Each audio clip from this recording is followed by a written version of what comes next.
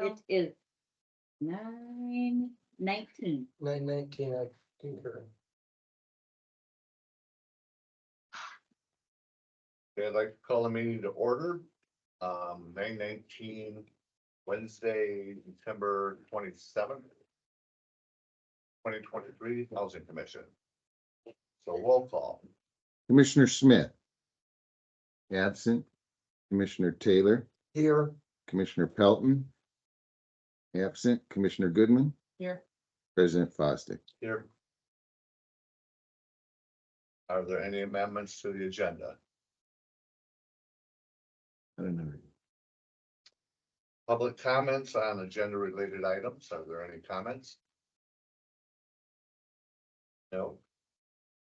Consent agenda, approval of minutes, regular meeting minutes, and bills and disbursement. Do I have a motion? Make that motion. I second it. All in favor? Aye. Opposed? Motion carried. Old business, none. New business, resolution 2023-18 and 19 and 20. So Mark or Lori, if you This is, like to present them. yeah, first, is resolution 2023-18, which is,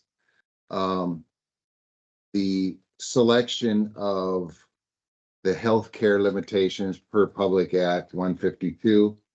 So you've always had the hard caps in place.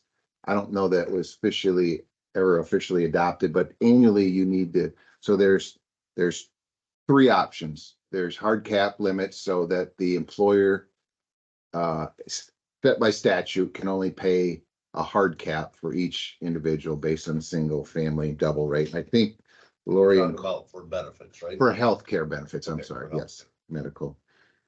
Now this is not dental, optical, or anything. This is just strictly healthcare. So with prescription coverage. So, but I guess by default, we've been doing hard caps. So we're recommending to continue with the hard caps.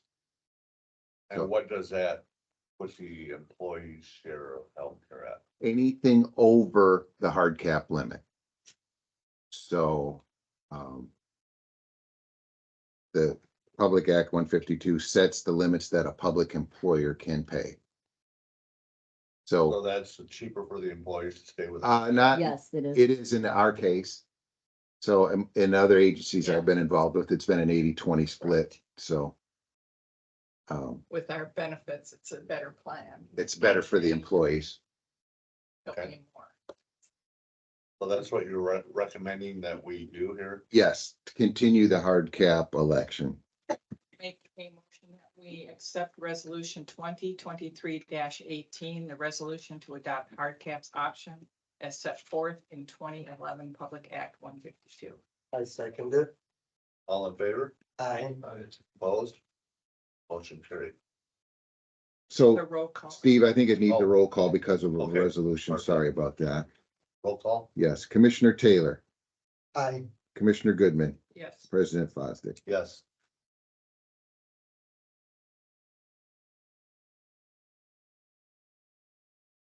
Oh, and just a note on that. So right now, the current healthcare coverage is through the Steelworkers Benefit Plan.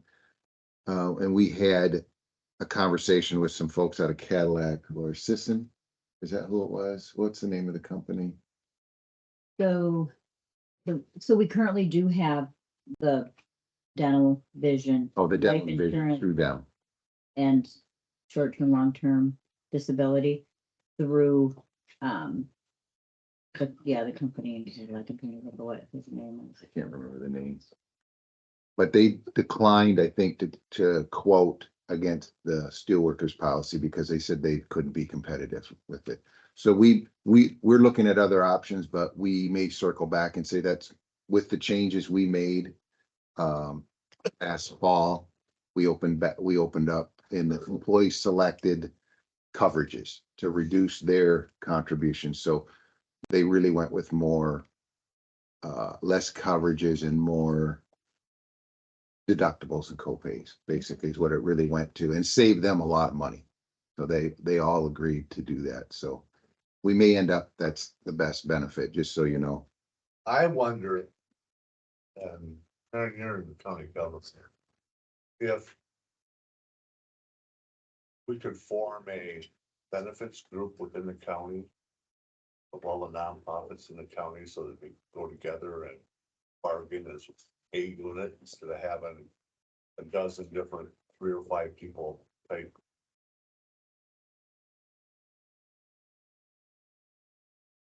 Not sure that would fly. It's worth a discussion, I guess. I'm not sure that, I know that for the county, we wouldn't want to get out of our pretty tied in. And I know for mental health, which is a county organization, there's a change. We have Michigan planners. Runs all of our stuff. County has 44 North, I think it's called. Run all theirs, even those type of issues would have to be worked out. I've tried to, I even would explore the city also. I can't speak for the city. Yeah. Well, here's the issue that we have as a small employer. So employer units under 50 Correct. individual or under 50 employees can be individually rated. So that's what happens so for example, in Big Rapids and Everett, we now get a chart from Blue Cross with each person's age, and that's the premium you pay. There's no single family or double, which reality is better if we could stay in a bigger group like the steelworkers, because if we leave, then they're going to be individually rated and the premiums are going to go up. There's just no question about it, because a family is three or more. If you're under 50 employees and you get individually rated, you're going to get rated on every single person in your household. So if you have 8 people, your premium is going to be $40,000 a year, whatever. I mean, because you're going to pay, depending on the age of if you have 2 adults and children, the younger children are lesser expensive, but once they get to 20 or 25, and the new healthcare law says we can keep them on till 25. So it's better if we were in a bigger group, I think. What I brought up before was, talking to the city of Manistee, and since we are a commission under them, I don't understand why we wouldn't ask them. I brought it up a couple different times to Bill, and it's always, what's his name, their finance guy, Ed don't want to talk about it. When we were in Cadillac and had the home health, the Chamber of Commerce becomes a group. Yeah. Community business. Yeah, you join the chamber and you get the Blue Cross group rate. Yeah, Yeah. exactly. They were the cheapest of anything. But it still doesn't matter now with the new healthcare law, Jim, because if you're under 50 employees, they have the ability to individually rate you, and they will, because it's more. More lucrative for them. Yeah. So anyway, I just wanted to bring that up. Bill to have Ed give us more of a reason why. I mean, it may be that, that cost will go up or whatever. I get that and I would understand that, but just not wanting to talk about it. I would, Well, and as the last time, Bill said, if you give me a formal request, I'll present it to oh, Ed. okay, Yeah, we'll do that. all Okay. right. And it's, well. It may be too late for this year. Yeah, but it's Right. not including the union, so it would only be two. And the Or is city, that- well, the city probably doesn't. No, we can opt out. We can opt out of the union. We just need to do it before the policy year, Okay, which is February. I think it'd probably be too late. this Yeah. year. yeah, but we can start the conversation. And we get ready. Well, and there's a conversation in all the other agencies that I've been involved in. The city's doing our payroll. I mean, Okay. we're paying for the services city's doing in Big Rapids. They're doing the IT Yep. work too. They have a great IT department, the best, I think, and it's saved And that's us. the way I presented it to Bill Yeah. also, Yeah. was, It doesn't work that way in I mean, unless the city's big enough to have the staff to cover it. Sometimes it doesn't work. But up until a year and a half or so ago, the city thought that the housing commission was autonomous. They Yeah. didn't know that they controlled it. Yeah, and I think the city has Michigan planners too, so that would give us access to being able to bid with them and stuff like that. And manage everything. I'm pretty sure they switched over too. I think that's why we switched, or why mental health switched. We'll look at that. Yeah. So anyway, I'm sorry to digress, but I wanted No, to it's okay. explain a It's- little bit. We'll get a formal letter out to them. And, you know, request, and it could be a multiple request, you know, one, what about insurance and kind of collaborating with that? And two, are there options for managing payroll and things like that with a cost? Yeah. Yeah, with the cost, for sure. All right, we want to move on to 23-19. This is the operating budget. This is really the most important thing that we needed to do today. And Karen may want to summarize, but we met both with the Personnel Committee and the Finance Committee. So included in this budget is a 3.1% cost of living adjustment for the administrative employees, two employees, full-time employees. And otherwise, we broke down in the input sheet so you can see some Riverside costs that are getting assigned. So, you know, we haven't seen a whole year's worth of data and numbers, but I think this is our best estimate on moving forward for this year. And if we're off in a variation too much, we'll come back with a budget amendment later in the year. But I wanted you to see, and Lori worked on this as well, and Cindy, the eligible costs. So in the second column is the money that's the Housing Commission is getting reimbursed from Riverside. I wanted you to see what the real costs were for the Housing Commission and what the real costs were. So what Riverside's going to be billing CTHV for the tax credit. Well, my first question is under administrative wages. Why none of your wage or our temp is being paid by Riverside? Where I think our temp is mainly a Riverside employee. Well, number one, we're limited by our agreement, what staff positions we can charge to the PTA. to CTHV, to the ownership entity. Okay. Yeah, so So there's, you already looked. at yeah, that. there's a structure in there. And for me, Steve, and this is an estimate, but I think I'm really moving forward, going to be working on the new RAD stuff. Mostly it's going to be public housing. Obviously I would do. I understand some that. stuff, so. But Lori and I looked at that and there was an agreement in there. It is written what positions can be the time and how much time can be charged off to the partnership. Interesting. Yeah, yeah, there's some other stuff we're still going through too. Yeah. And what's the review of that document? Is there a ending date or adjustment date? I mean, we could be putting in 90% of our time and we're only gonna maybe be able to charge. Yeah, that's a good question, Karen. I don't know. The problem is I wish I could go back in time and go back and understand the philosophy or the intent behind some of these agreements. I'm not sure everybody completely understood all of it. So, I'm curious, I know that Commonwealth is out of the management side of it at the end of 5 years, which is about 3 years from now. I don't know that they're out of CTHB though, until the end of the 15 years. to the compliance period. So, If they're out of CTHB, then it's whatever our agreement is with financer. so typically the way these tax credit, so we entered into a partnership agreement with Commonwealth. And then that partnership entered in, or that agreement, or that, I guess it's a partnership still, entered into a partnership with Scenair. Right, So we're just a small piece of that right now. And at some point, Commonwealth will remove themselves, and then the Manistee Housing Commission will come back in as the general partner.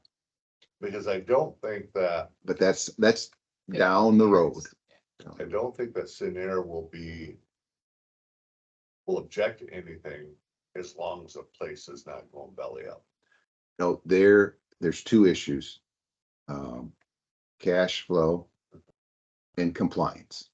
Right. So investors we can't do anything Can't that jeopardize that. rests the investors' tax credit, because that's $13 million worth of tax credits. And Scenair is in charge with the fiduciary end of it, protecting the investors to make sure that properties are operated with the IRS Section 42 rules. So that's our real issue. And we have to be solvent too. But where is the budget for CPHP? That's being worked on right now, Steve. So BDO is working on that. I know Lori's had some discussions with them. And I don't know, I'm unsure of the fiscal year of the partnership. We need to figure that one out. And I'm assuming, Steve, we need to submit it to MISTA too and have them approve the budget. Typically, I would guess that, yes. that's typically And Scenair, in Scenair, yeah. So, but anyway. So on the scattered sites budget, it looks good. it's really the scattered sites budget, you guys, just so you know, it's And I think we're taking more than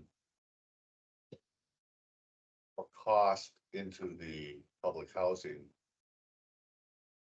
than I believe that some of those costs could have gone towards CPHP, but we're restricted, so it's nice to see we're still making some profit even when taking those additional costs on. Yeah, and so I think it's important to point out, we put some capital fund money in to the operation. We talked about that. And the reason for that, and then you'll see some RAD expenses in there. So we're anticipating that we're going to hire a consultant, and we're probably going to do a capital needs assessment. And then we're probably going to have an RFP for a developer at some time. And hopefully that all gets done in this calendar year. And then by next year or late 24, we're gonna have a plan going forward. You know, whether we're gonna assess the condition with a consultant. They're gonna tell us what the physical needs are. Then we're gonna have that conversation. I think we need to have it at the city level too, how we move forward. But some of those costs are built into this budget too, just so you know.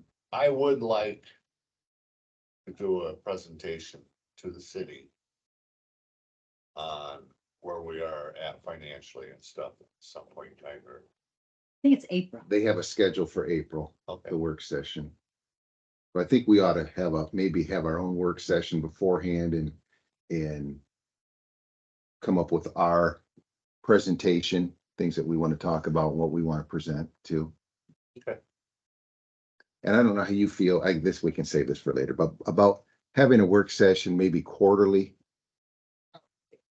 I mean, I think we don't have enough time in our regular meeting sometimes really to touch on some of the planning things. And if we could spend a half an hour beforehand or after just talking about things not on the agenda. Sure. Yeah. Okay, so budgets before you, we think this is based on what's going on right now. It's a pretty good estimate of.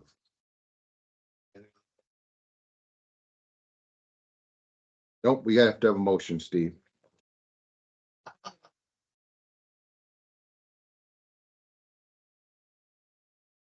Accept resolution number 2023-19, operating budget, City of Manistee Housing Commission. I second it. roll call. Commissioner Goodman, Yes. Commissioner Taylor, Yes. President Fosdick. Yes, All right, we have a budget.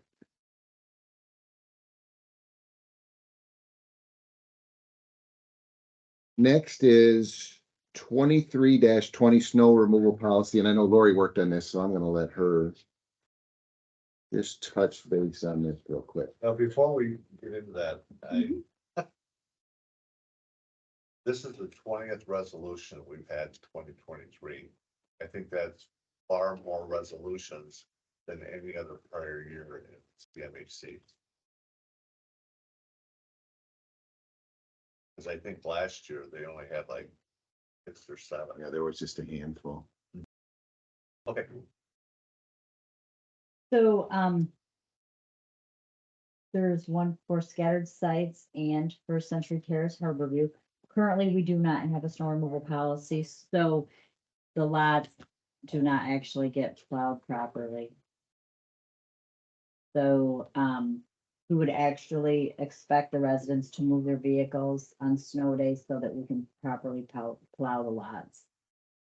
And then if they did not plow, we would tag the vehicle.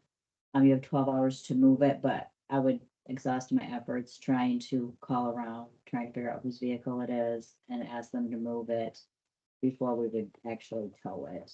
do we register the vehicles? Yes, But a visitor's vehicle, we wouldn't know, right? correct. Right. But usually, if you start asking around, knocking on doors, you can usually figure it out. And we would do that before we actually towed a vehicle. We would try every possible angle to have that person move before we actually towed it. What do you want the policy to say? What, how many inches?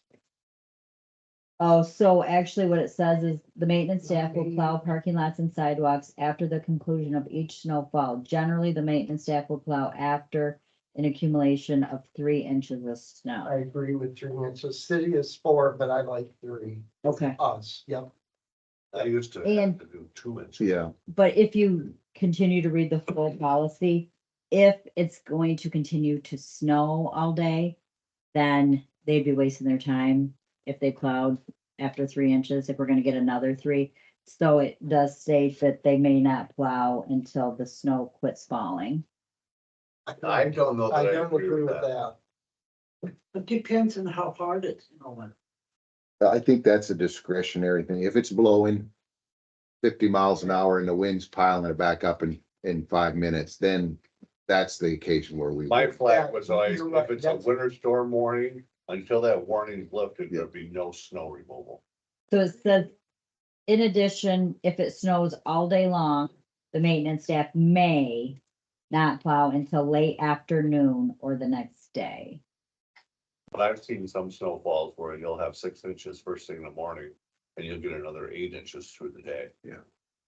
Right, so they'll do whatever we direct them to. Yeah, in that case, we would plow, Steve. If we know we can't move 14 inches of snow at once, that'd be Yeah, unrealistic. Yeah, you gotta get out there and get some of it done. Now, we may not expect the residents to move their cars. You know, we may do the general Yeah. areas. Just keep an open lane. Now, the other challenge we talked about too here in Manistee is there is limited areas for folks to move their cars. So we're internally talking about, do we plow the new gravel lot there maybe first and give somebody an area to park? You know, it's really tight around here for parking, so. I would say there and over at the maintenance shed. Yeah, in the maintenance shop, yeah. Yeah, you just gotta. And on the street and just until it's plowed, and once it's plowed, you go back in. So once we establish kind of a precedent and get people used to our system and how we're gonna do it. And have a policy in place, not willy-nilly, because people really never knew that they had to move their cars before, so. There'll be a curve, there'll be a learning curve on this whole process, and Yeah. it's not gonna be perfect.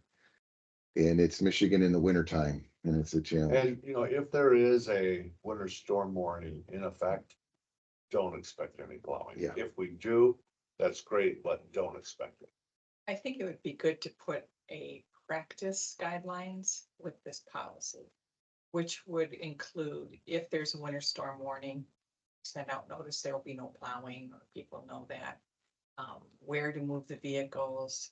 If it's 6 inches overnight and still snowing, still have to plow in the morning, but then you wait for the rest of the day to see how it, what it, I mean, just. And the morning plow might just be to open lanes up. Yes, just some practice guidelines, because if we leave it as they may not plow, then they're making that decision and it may not be what the administration wants. So, The Now, other, who plows the scattered sites? Oh, that was the other thing I wanted to talk about. yeah, So currently, Kevin will go through and like just open it up, but unless you have a doctor's letter stating that you're unable to do your own drive, residents are expected to do their own. I agree, great. Hey, you're running the house. What does the lease say? I think it says they have to do. they do the sidewalks. Yeah, it's expected the sidewalk area. Because I've never been able to get away with that.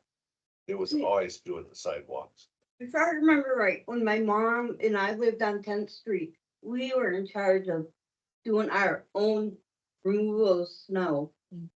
Not unless, like Lori said, if it was a medical issue, that was different. Yeah, I'm pretty sure they do have it at least, which I would like to update the policies and leases. So that's, I would like to find out how you guys feel about, do you want us to contract snow plowing out? Do you want our staff to do it? Do you want the residents to continue to be responsible for it? What are your thoughts? I don't know how much time they spend just keeping this open here. A lot, A lot. yeah. Can we charge CTHV for most of that? Yeah, for their time. Okay. Yeah, yes. Can't think of anybody that does it that rents a house. Well- Well, tenants expected to do No, it. I've been in places, I've had. property. Others Yeah, do it. If they had a Because. the note liability- or a doctor's, had a disability, we would do it. We would be responsible for doing it for sure. But if someone comes out their door and walks across an icy sidewalk and slips and falls and breaks their hip, we're responsible. Does the city plow sidewalks in Manistee? Kinda. It's off and on, mostly downtown, some of the majors, but not. They it's don't, not- they don't go through the neighborhoods. Okay. There is a ordinance that people are responsible for their sidewalks in front of their homes. We need to revisit that. So yeah, these are draft policies. I do want to send them out with the newsletter for the resident comment. So technically, these would not be adopted until February 1st, but we would kind of use them to start getting residents to train. This is where we're going. But I do need to get it out for 30-day comment period. So if you look at the City of Manistee Housing Commission snow removal policy, I do state that we would actually, it says, it is the resident's responsibility to watch for the plow truck to arrive at their parking lot. Residents must be prepared to move or have someone move their vehicle when the staff is ready to plow. But the next paragraph says residents at our scattered sites shall be responsible to remove snow and ice from the immediate unit area, patios, porches, and service walks to the main sidewalk. So we need to update that with your comments, whether you want the residents to have to plow their actual drives, or if you want us to contract it out or have our staff plow their drives. Now, we just What about the purchased sidewalk? Well, the sidewalk, I would say that shall remain the resident's responsibility. Well, you said to the main sidewalk though. Right, so Yes. the residents don't do the main sidewalk. Are we doing it right now? I Or think nobody's that's doing? it? Kevin. Okay. And then it's the city would plow the streets, there's that one wide street that goes in there. Mhm. But they're not gonna get to the parking area, so I don't know how that all works. Maybe they don't even do that in there. We better, The city would not touch parking area. no, but I thought that was a street going all the way, which street is that? That's not, Vine, is that Vine going all the way back? I Mine wanna goes look at, I wanna look at that. Street.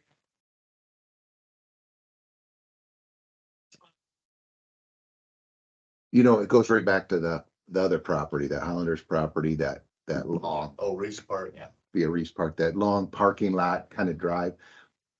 My guess is that's a city street in the middle, going all the way to that dead end to the fence, right? So there's Park Avenue, there's. I'm gonna look at a map here, just, But didn't we just purchase a tractor with a large? Yes. Snow? Yeah, we have the old tractor too, which he talked about taking the old tractor up there, like up by Reese Park and leaving it. So that we can remove snow with it when necessary. We have a garage up there to leave it We in. do. It's all of those like sheds that we provide are all yeah, that's, trash. Terrible. okay. I just wanna look and, I wanna make Like, sure. when I was up there, I said, we're shoveling out and taking. Well, if nobody else is doing it, you gotta do it if you wanna move your car. But I'm thinking if we've got a large snow blower, we'd come in and do those drives 15-20 minutes per house. I mean, it'd be an all-day job, but Manistee doesn't get near the snow out county. Okay. gets. Holly Court is what I'm talking about. I don't know if that's a designated city street. Yes, it is. It is. So does this, so. And I'm looking at the parking, there's that circle drive there and the parking is in front. I know the city's not gonna do that. But do they go down and plow? Do they open that up? We need to check. I'm not asking you, I'm Yeah. asking the question. We Now need to, that you're asking if that's the city, I mean, I made the complaint that road has terrible potholes and everything in it. It might be a private. I- drive. I'm wondering if it's our responsibility. yeah, so we need to look at that. Let us do some research on that and figure that out. So in my mind, that's the big area to plow, if we Yeah. have to plow. If Yeah. we plow, if that gets plowed, the sidewalk or the driveway stuff, they're really not that deep. Yeah, there's no driveways really in that whole Holly Court, so it's It's the just other kind of ones front. off Park and Vine Street. That have little parking areas.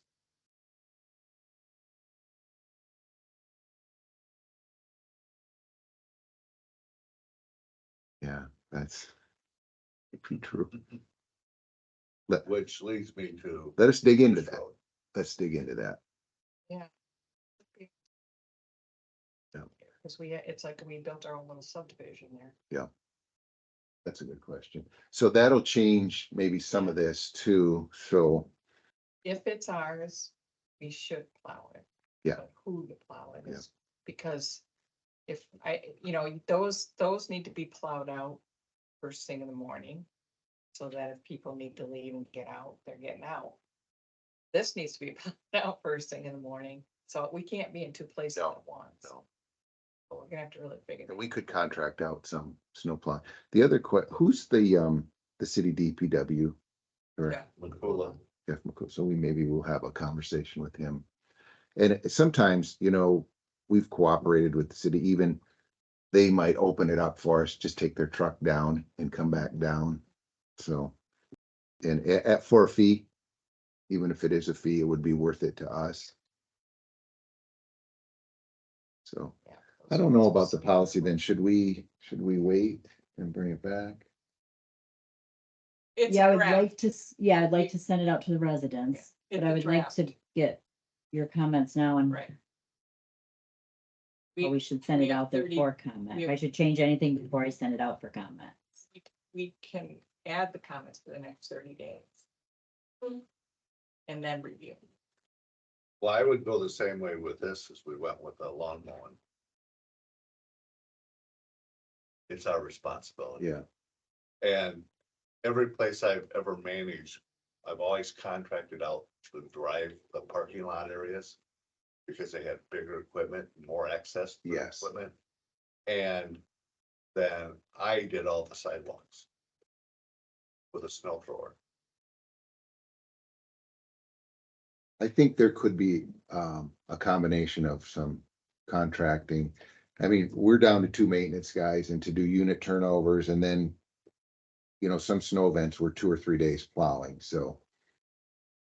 Sometimes it's more cost effective to have. A company come in Yep. than us to do it Yep. too, so. That's why I question why we wanted a big snow thrower because. We just don't have the personnel to to Well, run it. more, it was more, I think, that targeted towards here with more sidewalks and wider sidewalks. Okay. That's, I think that was the, Snow thrower was the way to go. Yeah.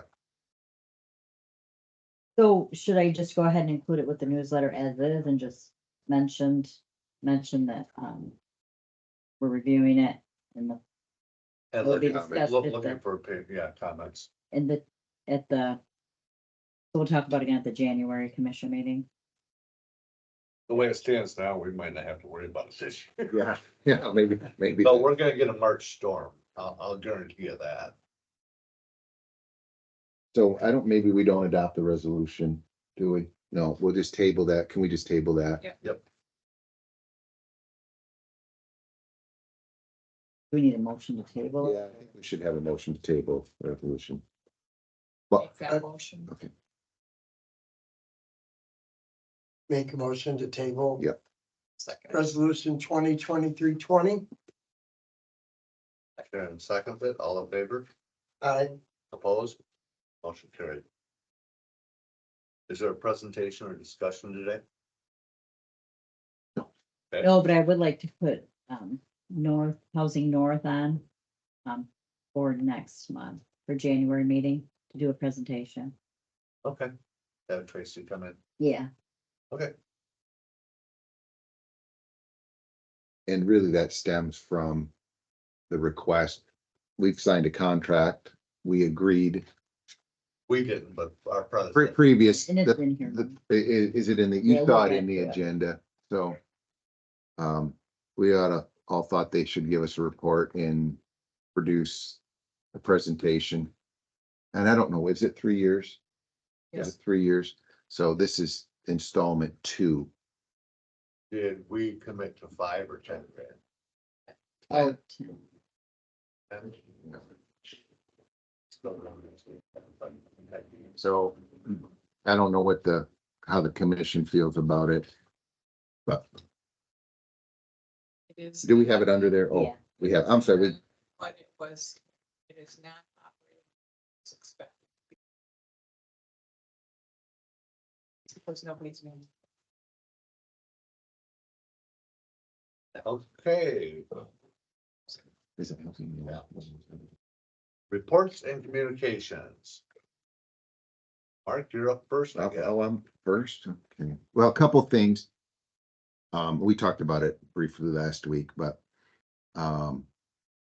we brought KMG. We agreed to hire them to do kind of the consulting. We sent the agreement Back to house, right? back of house Commonwealth. I think there's some misunderstanding, so we're gonna have a conversation with them. I think today, I just saw a text from them. They don't like the agreement. I think they were looking for Commonwealth management to be totally replaced. So we may end up having KMG as the management company. So stay tuned on that one.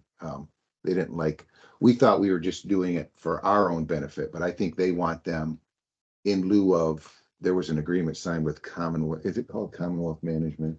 I think, which is a separate company. Of course, they have Commonwealth Development, Commonwealth Management, and Well, Instruction. And now they've changed their name to Volker.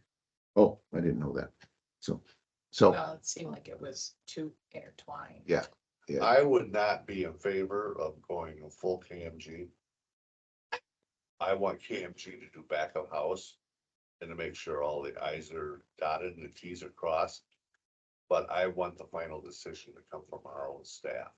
so Steve, I think, I don't know this, I'm just speculating, but I think there's a contractual agreement with this Commonwealth Development. I told Lori, when we're done here, I'm gonna go look at the development documents to see what was signed, and I think that's gonna be part of the discussion because the partnership is paying Commonwealth Management. And I think if they would allow us to replace them with KMG, we might be better off. But before we get too far down, I want to find out exactly what they're thinking and where we need to go. So, Some of these documents and agreements and stuff, I think were way over what the previous leadership understood. yeah, I don't think there was a clear understanding. No. I think so. I think a lot of consultants were saying this is how to do it.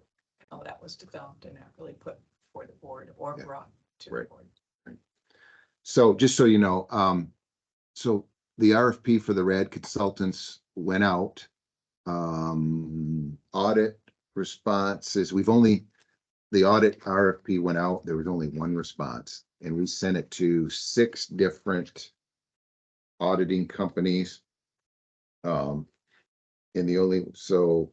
one respectfully declined, that was Bean Garter, right? They did send us a letter.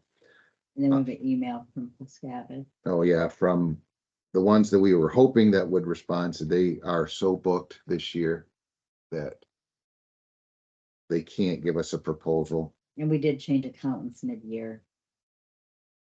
So, Oh, yeah, okay. They're concerned about that. The scatter sites. Yeah, so they said they would quote it next year.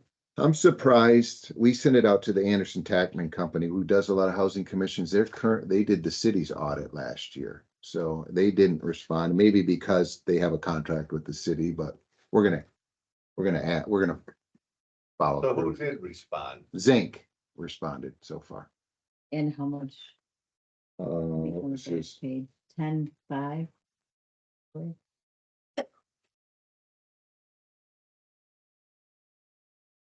I'd have to get back. I think it was 14.5. Yeah, let's see. Oh, yeah, we think it's 10.5. I'll look through this. Lori will look through it. So that was disappointing. But How much time do we have before we absolutely have to get started on it, so we're not late? well, that's a good question. So typically, we'd like to have them under contract in January. And then the accountants will need January into February to get the year-end stuff ready. So probably the soonest they could be in, Steve, would be March. And I think he's got some time frames on there. Yeah, and we do have in our proposal, we have what it has to be completed by Yeah, so 10.5, yeah. 10.5. So we said it's gotta be,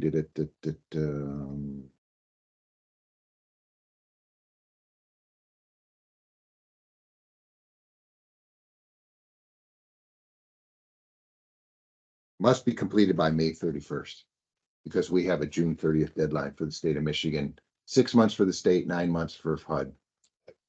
And we've missed the state continuously. We get the little nag. If you go into you can actually go into the state system and you can see all of the history of Manistee and how, when we've submitted our audits, and historically, we've been late for the state every year. Last year. We were late last year. Oh, were we? Yeah.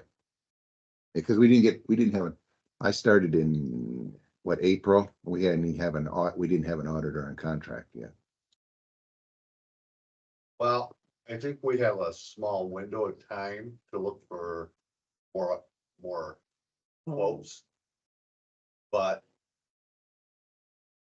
I don't want to risk being late anymore. No. I don't want to, put Andy Zink off and then come back 3 or 4 weeks later and say, okay, we'll do it. And he said, I'm sorry, I've taken on other business. Yeah. Yeah, that's what you run into. Mhm. And just so you know, there's very limited resources for auditors in this world, in this HUD world anymore. A lot of these companies, the smaller companies won't do it. We tried to get Baird, Cotter and Bishop to do it for years. They said it would cost no much for us to do the learning curve, just to learn how to do a public housing audit, because it's got to be done in a HUD Well, format. now we're talking 10.5 just for the scattered sites, right? Yes, Ooh, that's a lot. it's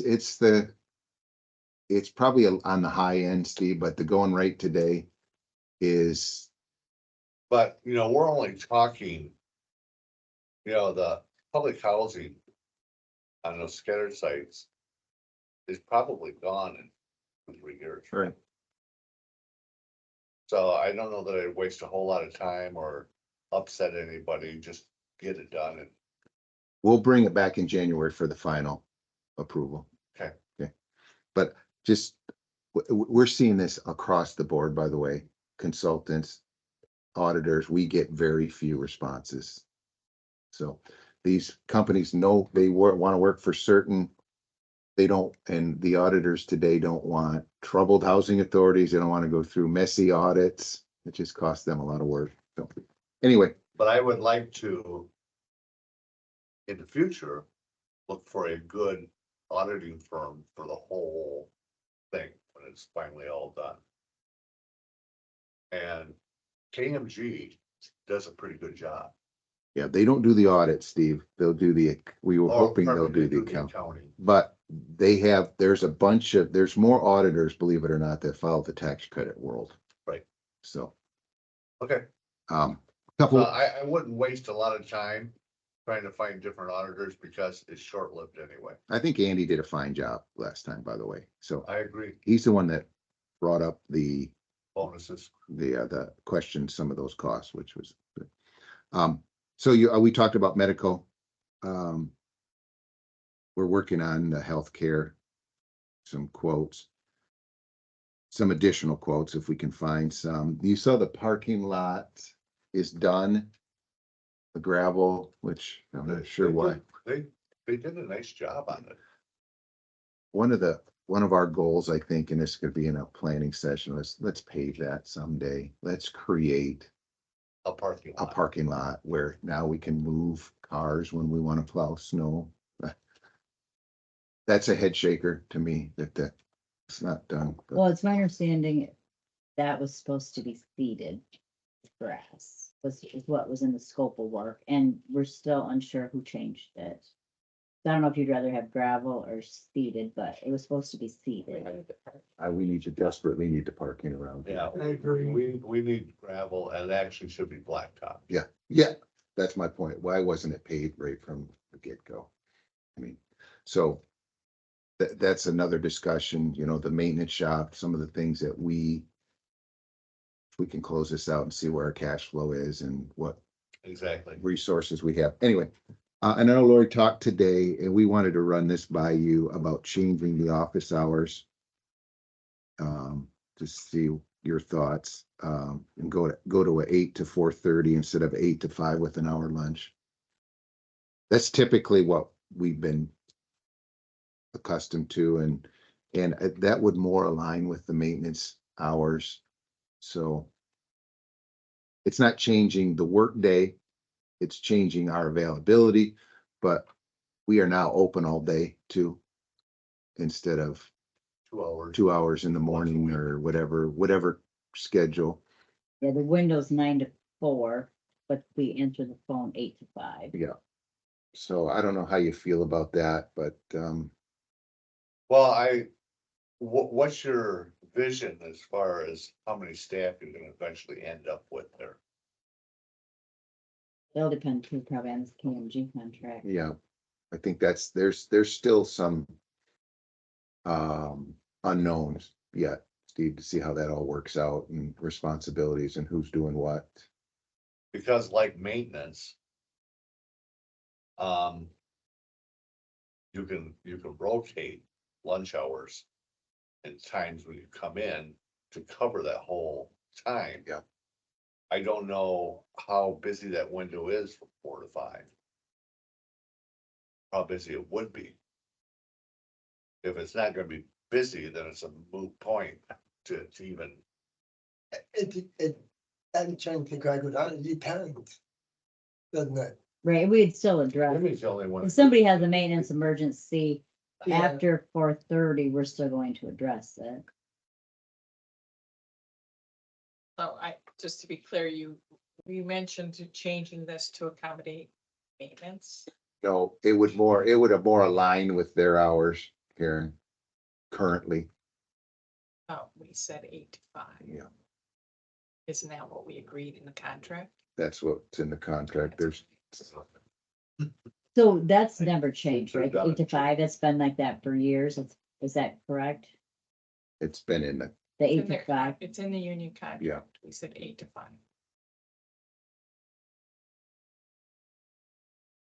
so I talked with the office staff, they do an hour lunch. So we which we don't close for lunch. So we stagger each other's lunches so we can stay open on lunch. So they all like the idea too of taking a half an hour lunch and be able to leave at 4:30. If it's not gonna cause any undue Karen, I stress think- to our tenants, no problem. I think then we would ask, well, Karen, we would ask for a change, a written change. Contract if we did that, so. But we're just bringing this up. It doesn't, this can have a discussion, and we just wanted to bring the thought. We decided maintenance person could come in at those times. That would be Lori's decision. You know, we're down a maintenance person too, so that's the other challenge in this staffing, everything. So Kevin prefers to come in to break it on. So a lot of times he's here before 7, but he works 7 to 3. And then Well, Al he's here comes in later from and works. Yep. So he says he can get, if he comes in early, he gets a lot more done before the work orders and such start rolling in. What do you mean they start rolling in? Like people call and have, leaky faucet or whatever, so we're giving him work orders, you gotta Now, go here, you okay, gotta go good. there. Who fields the work orders? The office does, right? Yes, And then you give them to him. Yeah. But you're not giving them to him at 7 o'clock in the morning. no, that's why he says he's able to get other work completed before we open. I don't wanna So- discuss it here. 7 to 3 with no lunch. Well, the union contract says they get a half an hour paid lunch. So he- half hour, so 12 to 12:30 lunch. So he works 7 to 3:30. No, because he he works 7 to 3. And takes a half an hour lunch, but it's paid. So he's really working 7.5 hours. Correct, and that's what the contract allows him to do, is have a paid half an hour lunch. But there's a lot of things in that contract that we need to go over and clarify, and So then what are Al's hours then? so we did change Al 8 to 5. Or 9 to 5, we changed Al 9 to 5, so we have someone here until 5. But recently, we let him come in at 8 again. And he's off at 4, but he comes in. If we need him between 4 and 5, he comes in. And we just adjust his time later. He doesn't, he said, He flexes. yeah, Which is okay Yeah. too. I mean, I don't mind that, we're good with that. just so we have the coverage. Yeah. And it's we've had 8 to 5 is everywhere. Yeah. Now we want to change that, and that's just, I don't think we do. that's a, it doesn't seem like it, but it is a big change. yeah, it's not gonna affect the maintenance at all. It'll It's gonna affect the affect office everything. staff. So if you did this, it would be accommodating the office staff, not the maintenance. Get it, but our office hours have been 8 to 5 for a long time. No, All of our residents, no, not for a long time. well, they've closed, they had it. In January, February, our office hours were for 2 hours on Thursday afternoon. Yeah. Yeah, they're used to office hours being like 6 hours a People week. working, being in the office, even though the doors weren't open, were supposed to be 8 hours Yeah, a day. 8 hours, 8 to 5. Right, but usually it would go to the answering machine, like, I'm sure the residents can attest to the difference in being able to get a hold of staff compared to the way it used to be. But my point is that we have had office hours 8 to 5. Staff office hours. Correct. Whether or not the door was open or not, people knew that our staff organization was open between 8 and 5. I just, get what the staff are asking for, but I also, we have people to take care of. Well, you might have one staff come in at 9 or 8:30 to. Well, that's the other thing. We could do a flexible work schedule Mhm. too. So I'm not I think opposed. Lori never goes home, so we got almost a 24-hour office. I think that's a great idea is to do the flex schedules.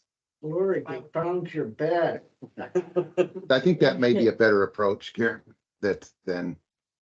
So, It's a major change. Whether people think it or not, in an organization. It's like if we were shutting our doors at 4:30, that's a major change in our organization. just something for discussion. But flexing would be, Yep, I think we want to be, And a lot of times it's probably just somebody calling on the phone. well, in today's employment world, being flexible is important. and if you're lacking the eight, I mean, here's the other thing, we had the system. You could forward calls. Yeah, we had a system where, I don't know, the work orders were getting, Yeah, all the work orders would go to a certain line, and then the maintenance guys would have to screen them. But they would go to everybody, yeah, so everyone had access to this line. And then they would have to figure out which ones should actually be work orders and which ones shouldn't. So, I mean, I think we've came a long ways in the office, dealing with work orders and accommodating the residents. I agree. What you could do is have all those work orders go to Kevin's phone. And have them taped. And because Well, he It's- has to it's hard spend for time someone- sitting there trying to listen, which apartment was it, who was it, trying to figure out. So they just talk to a person now and we do the work order Yeah. and we send it to Kevin. So Yeah. Kevin does not have first access to the work order because half the time it's something that shouldn't even be a work order. And then he has to tell us, I got this on the work order line, but they actually want to know about their rent. Well, and because I'm thinking someone like Val or Cindy or whatever wouldn't have any idea whether it was an emergency or whether it was something that could be put off till the next No, day. they're trained. They know what's the difference between emergency and what can wait. We train them. If it's no heat, no water. Yeah, we put it in the newsletter too and let the residents know what's emergencies and what's not. And So, they're pretty good at letting us know, residents. I'm not sure, but I'll check, and they do respond within, what, 10 minutes? Soon as they get an answer, they get back with it. They're pretty good about it. Okay, well, if it ain't broke, don't fix it. so I think it's better than it Okay. used to be, Steve. Okay. The only last thing I would say that I would bring up is, and this is maybe on a work session, but I really think we should have a website and a Facebook page, because then the snow plowing can be posted on, and a lot of people are good with technology today. They can look on, and we could make some penetration with news if we had a Facebook page. I'm not a Facebook user, but I know a lot of people are. I would caution against that. I know, there's downsides to it too. There's a lot of negative comments that can be made. You can, Exactly. you Yeah. can, you not allowed. Yeah. So. We just want to be information only, Correct. applications online, and make it easier for people. Informational. Yeah, for information. So I think that's something we need to talk about, that whole system. I know there's a lot of negative comments even right now on other people's Facebook pages. We can't stop that. Actually, you can, you just turn the comment section on. Well, people Well, not making on- their not own, on their page. on their own pages. That's true. We just want information. We want to be good at getting information out, like even snow plowing. If we could say that, okay, we're gonna plow today at 8:30, maybe if 20 people see it, then that's less work that we have to do calling and Yeah, moving it's called like cars. fire. So I think it can be a valuable tool used properly. So anyway, that's all I had. Lori, got anything more? She's got a long list, Steve. Oh, um, do I hear? mainly I have one thing. What is called 12th Street page? renovation, the duplex there, they're both 1 bedrooms. Is it okay if I go ahead and get 3 proposals and bring them to the January meeting to see if, and then we'll compare it to the subsidy that we could receive on Yeah, those 2 I think units, that- and then we'd you said guys, that would be a good Yeah. I agree. Mhm. I wanna be careful that we don't, if we put a lot of money into them, I want them to be nice.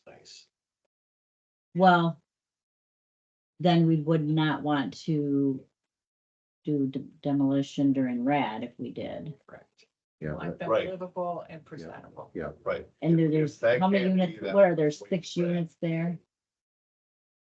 I think on There's 12th, more than that. Well, on no, 12th on Street? 12th Street, there's price. there's 3 duplexes, right? Yeah, and then right around the corner, there's Cypress. So like if we were gonna do demolish the whole area and So rebuild that- there, For that duplex, you don't think that's, if you get the bids and find out what it'd take to bring them back up to, and then compare it, that would be great. so do I get like a bid to bring them up livable and then a bid to Yes. bring them up to last forever or to last No, for a very long livable. time? Livable, Just livable? Yep. Okay, With antici- presentable, livable. Yeah. With anticipation in 2 to 3 years of taking them down. Yeah, and I guess that's a philosophical question we need to discuss, you know, those on 12th Street, would we rebuild there if we did demolish? To get rid of those. Yeah. And, you know, are those desirable lots for the community to build on for private sector? I don't know. We might give them back to the community and put more concentration out at Holly Court. Or wherever we decide, yeah. Or if we do, we build nicer places, Yeah. not. And so here the question I have too, and I think it's a zoning issue too. I mean, is that a single family neighborhood? Are those units? Are they grandfathered into a single family? Would they allow duplexes to be built back in that?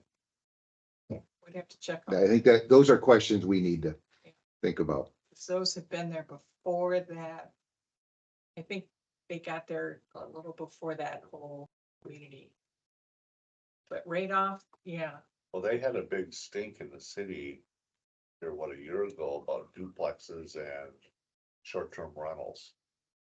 And they were trying to zone them so that if the parking wasn't available, they couldn't build duplexes. Well, I think this is, when we prepare for our presentation to the city, I think this is some of the issues that we bring up, you know, as we move forward. This is kind of our vision. What's your vision for this area? Or let's create a vision. So, at one time I was having conversations with the previous director about if we remove those. There is potential to turn that a sale on to single. yeah, single family. And I think if it isn't zone, you know, if it's not a permitted use, then maybe we don't want to put a duplex back Correct. and go through the whole variance process. Lori, did you get pictures of 10th Street? yes. That was very nice. Very good job. Very, very good job. And then February 9th is when we plan to have the other side of 10th Street up and ready to rent. Did the windows come in yet? No. Oh, mid-January. Right? No, they were supposed to be here on December 14th. But I just talked to Rusty yesterday and he was gonna call again to find out when they would be here. So we'll kind of get an idea about 12th Street. Go from there. That may be a good work session topic. Maybe we'll have a January work session. Start off the new year with the work session. Okay. Yeah, that's all I have. You changed pest control? Yes, Going to change? January 1st. Okay.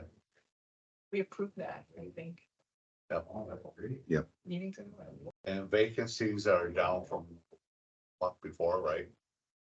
Yes, they are. Do you want to go through, so that was A, Steve, do you want to go through B, commissioner report, we'll go down through, and then we'll go down through the communications? Oh.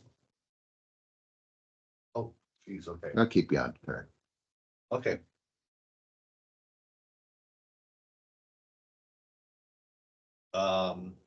Commissioner report. Karen, you have anything? No. Jenny? I've asked and asked and asked.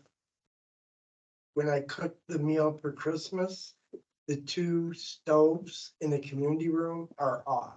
It took me an hour to adjust them. That's the first I've heard about this. On those, yes, but I, Mean the The ones- ovens are, the temperature's not right? yep, Okay. and same up in the apartments, nobody's done anything about those. Well, I know on the apartment one, Kevin did come up and put a thermometer in, and it was. His That thermometer thermometer was is not reading, a right. registered one either. But the community room, we can certainly look into Yep, that. all of them, one. it took us an hour. I have a question. If Commonwealth put in the refrigerators and they didn't level them, so some of them were broken before tenants even got, then that's negligence, and why isn't Commonwealth responsible to get? Well, I did put in the newsletter after you brought it up at one of the commission meetings, if your appliance needs leveled or looked at, contact the office and do a work order. But nobody contacted us. I did find a couple during unit inspections. So I do have a couple work orders that were generated. But I can put in the newsletter again. I know Sharon's in 204 makes horrible noises too, because it's not leveled, and I know, and Kevin told me about a few that were broken before people even moved in because they weren't leveled. And if that's negligence, Yeah, we do have a punch list for Commonwealth. okay, And I know there's a burner that's broken on somebody that's on the punch list, and we have a few things for Commonwealth on that. yeah, if they didn't do it, and that's the reason they're broke. Aren't they liable? With the stove leveling, we just decided it'd be easier just for our guys to go in. Yeah, but Get it the done. refrigerators. Well, yeah, if you go in to check it out to see if it's level or not, you might as well level Level it. it, It isn't. yeah. Yeah, But I'll put it in the newsletter again to please call if your stove or refrigerator is not level, and we can come and level it. And Jim, when you're hearing this and talking to people, you're encouraging them to put in a work order? yes, yeah. Okay.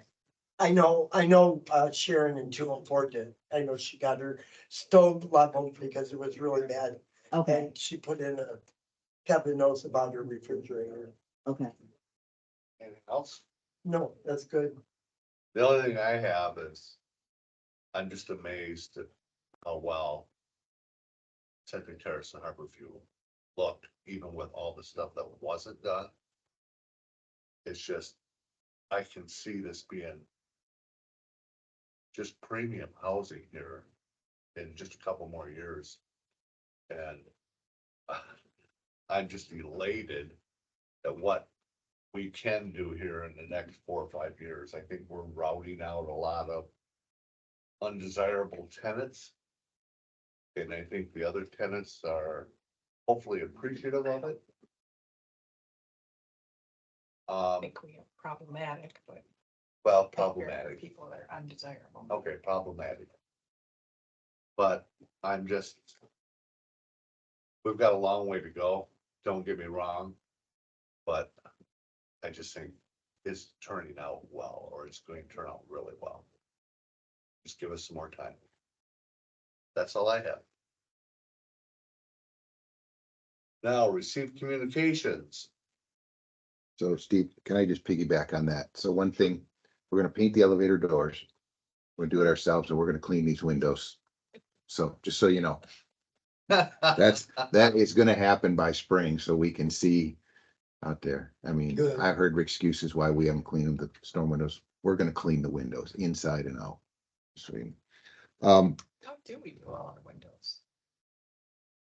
I don't To know. the residents? We typically would hire a company to do the No, I was thinking exterior. about we have fish around and does everything. Yeah. So everyone has a brand new window, Yeah. but it will be time to clean them soon. Yes, we would not Well, if they expect. were double hungs, the tenants could clean them, I think but they they're are. not. No, they're. They they're don't single. come up, they don't. At all. We would not It's expect like- them to clean the exterior. I think that's something that's gonna be built into the budget. Yeah. Once a year is window cleaning.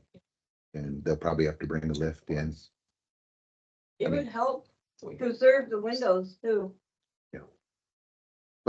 we can do this. Yes, yes. We should be Yeah. doing it. Yeah. So over here.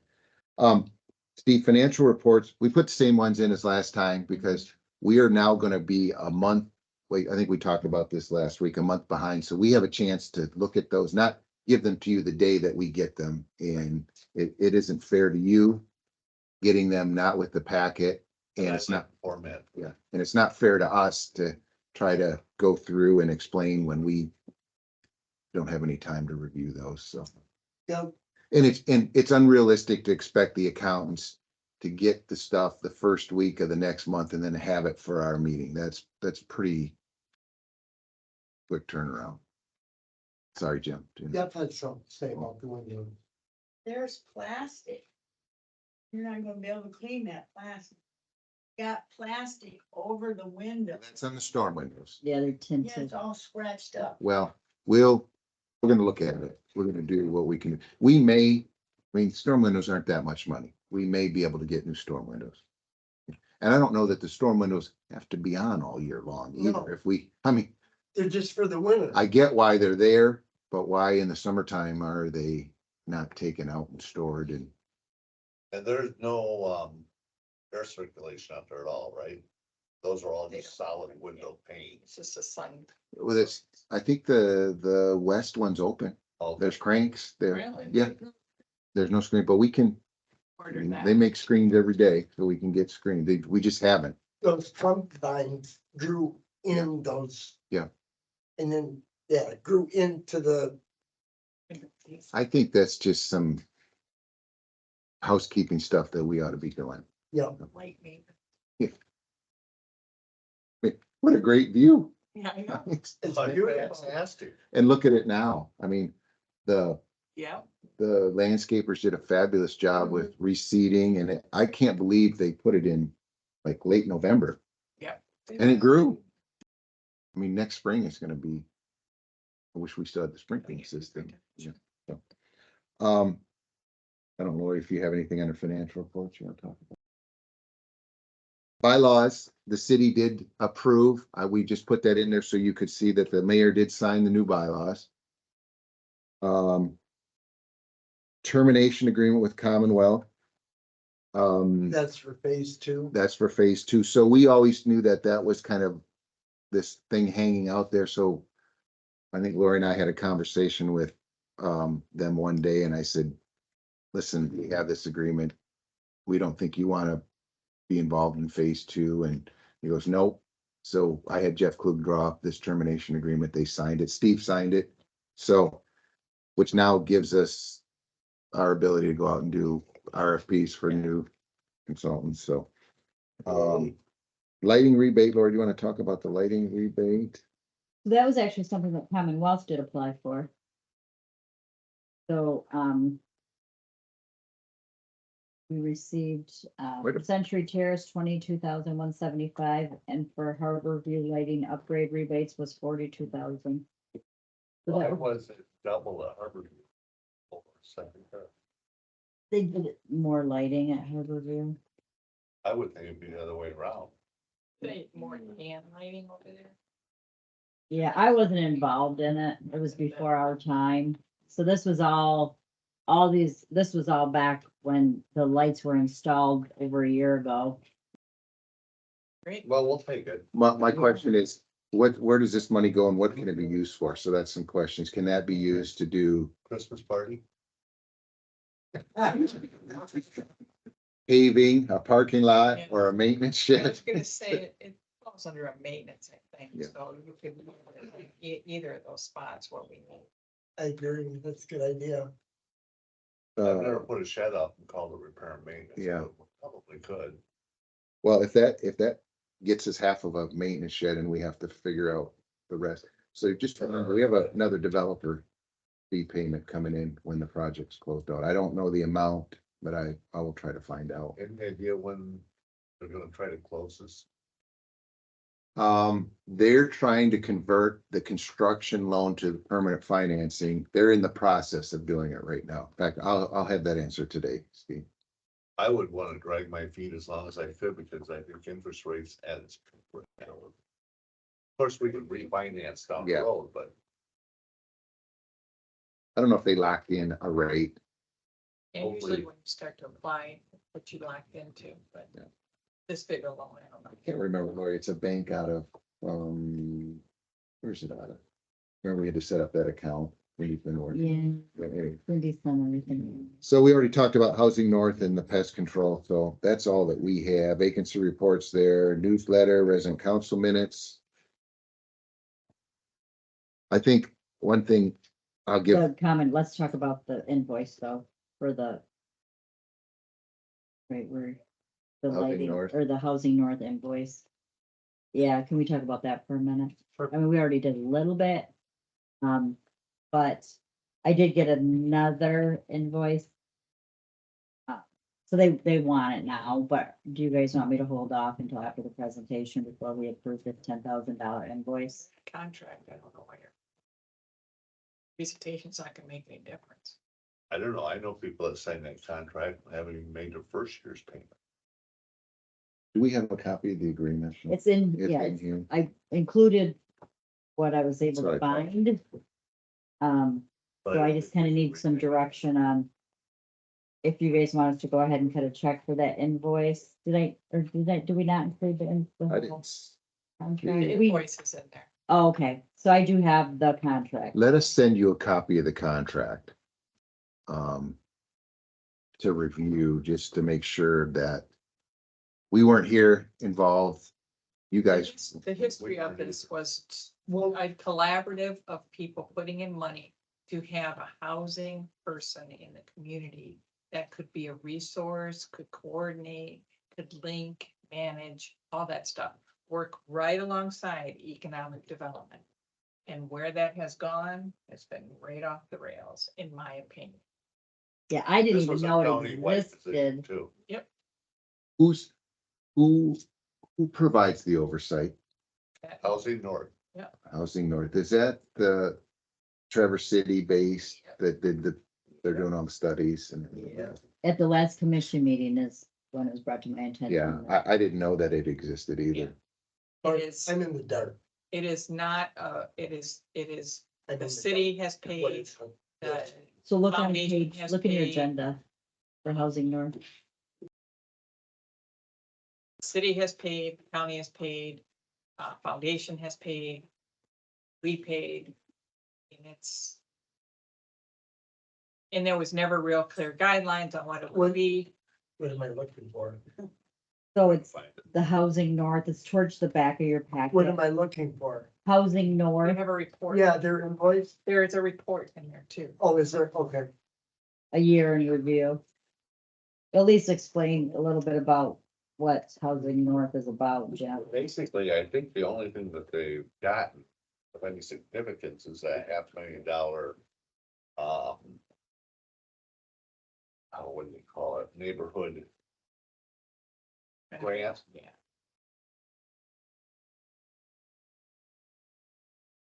And that just happened.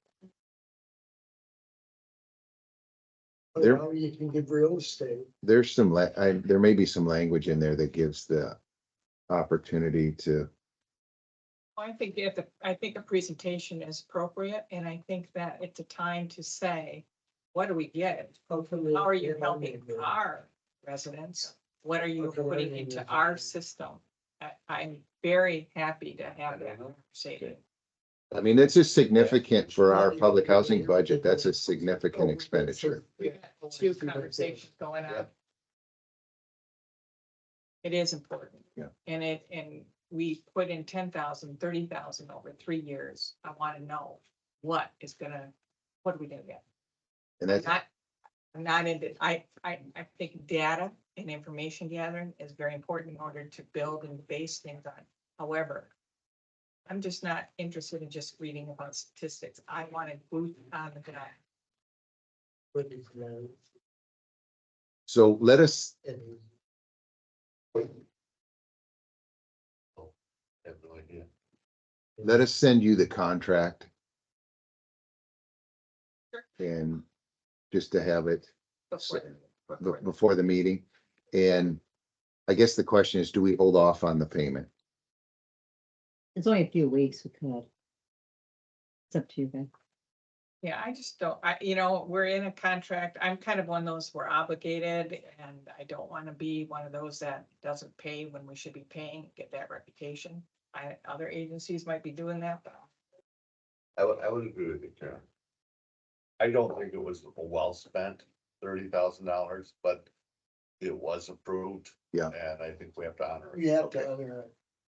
Okay, I that think gives us so, some yeah. direction. So we didn't know anything about it. Yeah. You guys. this is going into the second year. Now we're gonna be asking, they gave us the baseline, lots of good information. Now I want to know what you're gonna do. And then we have a third year that will have our expectations. So the money is for $10,000 this year, for this time. What are you doing? And it has to be specific to the Housing Commission. Collaborations in order to support our residents. Right. So Karen, I attended a couple meetings of the HAT team. Which was not developed by, That wasn't anything to do with this Housing North. Housing North is part of it, but that was not developed by, I mean, they didn't take the lead on it. Okay. Actually, it wasn't. It's, That's what I said. yeah, it's, Okay. and it probably has done more good than the Housing North. Did they not do the presentation at one of the meetings, at the HAT meetings from, But what enough, they couldn't really provide the stats, remember they keep saying, if you go to the website, you Yeah. can look this up. Yeah. I mean, it was not, it was a presentation that was. I just remember something. With no information.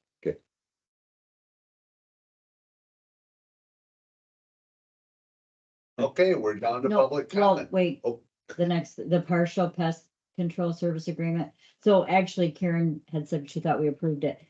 Actually, you guys approved, you authorized me to go ahead and pursue, Okay. but we never officially approved it. I did sign this service agreement and it is effective, January 1st. So Rose is actually here today, so this will be the last day that Rose treats. And then, we did install, how many, let's see, we ordered 750 of the monitors to put on everybody's bed. And then in the living room, we put them on couches and chairs. So a few of the residents in here did receive the little monitors when we did inspections. Is anyone in here that received the little trays underneath? Yep, so we do have a few. So that's something if you see, it's gonna be on your bed or on your couch or on your chair. It's under, you won't see, it's under your Oh, legs. okay. It's a so I don't little- know if I got it or not. So it's a moat. We say monitors, but it's a moat. Yeah. Yes, I didn't. So he did install, I think, I believe at least 100. He went around with us during inspections and started installing them.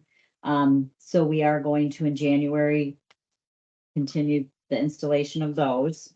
And he's giving me a proposal. There's currently not a pest agreement with the scattered sites at all. So he is proposing $75 per building. So like a duplex, like for instance, the duplex on 12th Street that we just renovated. That would be $75 a quarter. And that would cover roaches and like the pests listed here, spiders, earwigs, crickets, millipedes, centipedes, wasps, which that's really good that they're actually including wasps because a lot of places will not include that. You have to do that separately for $75 per building. Now, I did pay $325 per, I had a duplex that was treated recently. And so I paid $650 and they came twice for roaches. That was an infestation.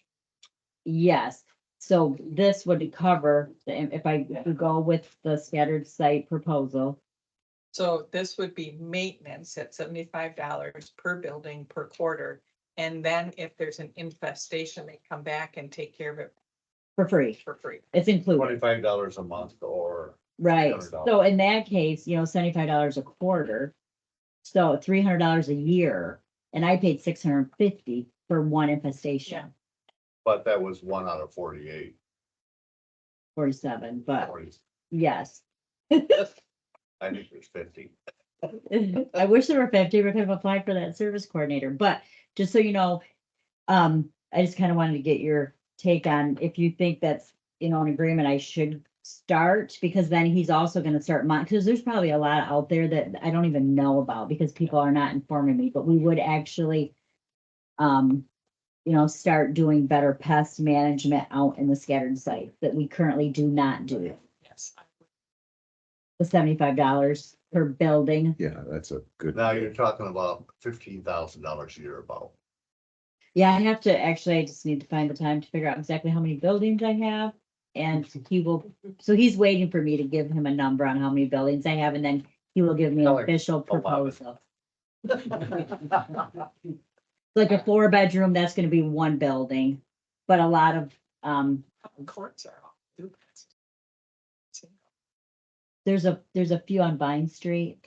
Yeah, that are, yeah, but, so, yeah, so I will pursue that. If you guys are good with that, I'll probably just go ahead and go forward with it then. I like that you're telling us about this, but I don't think it's our decision.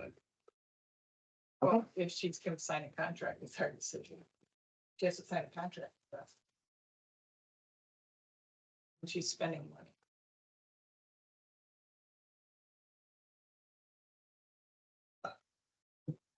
Do you want me to bring the contract back or just move forward with the service? No, agreement? I'm saying we're agreeing that you should sign the contract Okay. Do we need a motion or you're just authorizing me? because it is gonna be money. Right, Mark, do you think we need a, Yeah, Well, how big does the I think I'd put it on the contract record and say, I mean, I don't have a problem doing that, but, if we sign a contract for $10 a month, do we need? This isn't board $10 a resolution? month. This is what You- you said. you need a motion? 15,000 a year. So Mark, yes, you need a motion? yeah, just to approve the best Make agreement. motion to authorize Lori. sign an agreement. Yeah, with authorize. Marshall. Yeah, authorize Lori. Authorize Lori to sign the service agreement with Partial Yeah. Pest Control. I'll second. All in favor? I, Opposed? Motion carried. Just want to be a little more proactive in our attack on, Yep. Yep, I agree. so. and then the vacancy report definitely, it's better. And we do have 4 units that are ready to go, and we do have people that we're interviewing for them. And we've sent the paperwork to Raleigh, and we're waiting to hear back on the approval so we can do lease dates. But we should be leasing up 4 within the next week or 2. How many are empty right now? 9. So we'll be down to 5. Yeah, we have 1, 2, 3, 4, 5, 6, 7, 8, 9 It's not bad at all. in CTHV. And then in the scattered sites, we have a 1-bedroom at 102.5 Park. We just painted that and the flooring will be completed today. We're working on flooring today. So we're interviewing somebody for that this week. She did look at it last Friday, and then we'll be getting her paperwork around. 10th Street, that's the one that we're anticipating filling the middle of February. And then 12th Street, I'll get proposals and bring back to you. 12th Street is offline right now anyway, right? One is, one isn't. Because the one that, there was a resident on the one Okay. side, so that one was not offline, but the other side was. So we brought you 2 on 10th, we're bringing the 2 on 10th Street back online. Yep. And we already decided to leave Vine, 1717 Vine offline. You guys decided not to put any money into that. So I won't even be bringing a proposal to you on that. Okay. I'm a lot happier with the vacancy report. It's, And then you've seen We're the, well above 90. yeah, we're getting there. And then you've seen the newsletter. it was at 50 in April, just so you know. Well, great work. Great work. And the resident council minutes. So we do have, our secretary did provide minutes for their first meeting. And then the last thing, is the resident council did receive a $50 gift card from Mike. Sweet.